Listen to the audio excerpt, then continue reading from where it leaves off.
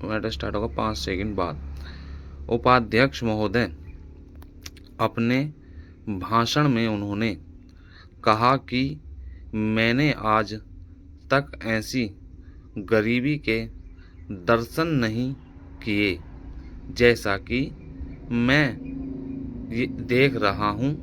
ऐसी गरीबी जब हम स्वतंत्र नहीं थे तब अवश्य देखने को मिलती थी, लेकिन स्वतंत्रता के पश्चात मैं पहली बार ऐसी गरीबी देश के किसी भाग में देख रहा हूँ।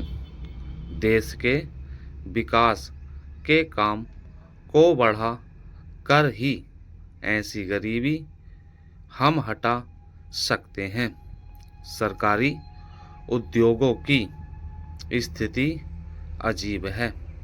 हर संभव कोशिश से और सद्भाव बनाकर सरकारी उद्योगों के कर्मचारियों को आप अच्छा वेतन देते हैं और उन्हें रहने का अच्छा स्थान देते हैं, फिर भी घाटा होता है और देश का नुकसान होता है।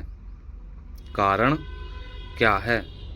कारण यह है कि आपकी औद्योगिक नीति गलत है और जो रुपया आपके पास है उसको भी आवश्यक काम के लिए खर्च नहीं कर रहे।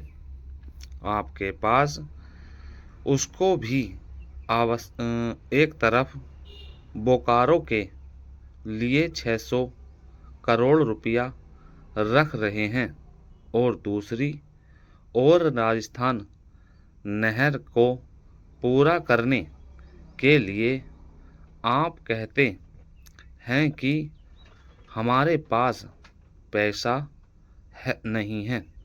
एक और महाराष्ट्र के अंदर आप नई चीनी मिलें खोल रहे हैं और दूसरी ओर उत्तर प्रदेश और बिहार के अंदर कारखाने बंद हो रहे हैं या जो उनकी क्षमता है उस पर पूरे तौर पर काम नहीं कर रहे हैं।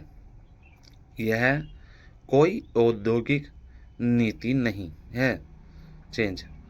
इसलिए यह कहना ठीक नहीं है कि हमारी औद्योगिक नीति सफल हुई है।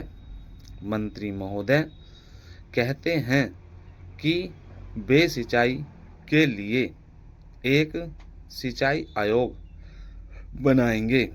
अच्छी बात है, मगर सिंचाई की क्या हालत है हमारे देश के अंदर, यह भी तो देखिए। जिस समय हमारे देश में कोसी बांध का काम शुरू हुआ था उस समय पाकिस्तान ने एक चौथे बांध पूरा कर लिया था। वहाँ उससे सिंचाई हो रही है और हमारे यहाँ इसका काम आधा भी नहीं हुआ है। राजस्थान नहर शुरू हुए कितने वर्ष हो गए हैं परंतु अभी भी वह बनी नहीं। हमारे यहाँ कोई ठीक तौर तरीका नहीं है। मंत्रियों और सांसदों के मकानों के लिए करोड़ों रुपए निकल सकते हैं, मगर देश के उद्योग के लिए, देश के किसान और मजदूर के लिए जो रुपया चाहिए वह नहीं मिल सकता। उसके लिए रुपया नहीं दे सकते। यह कोई उद्योग नीति नहीं है, यह एक खिलवाड़ किया जा रहा है। मैं कल सदन को बतला रहा था कि कुछ सड़कें विश्व बैंक की सहायता से बनने वाली हैं। स्टॉप।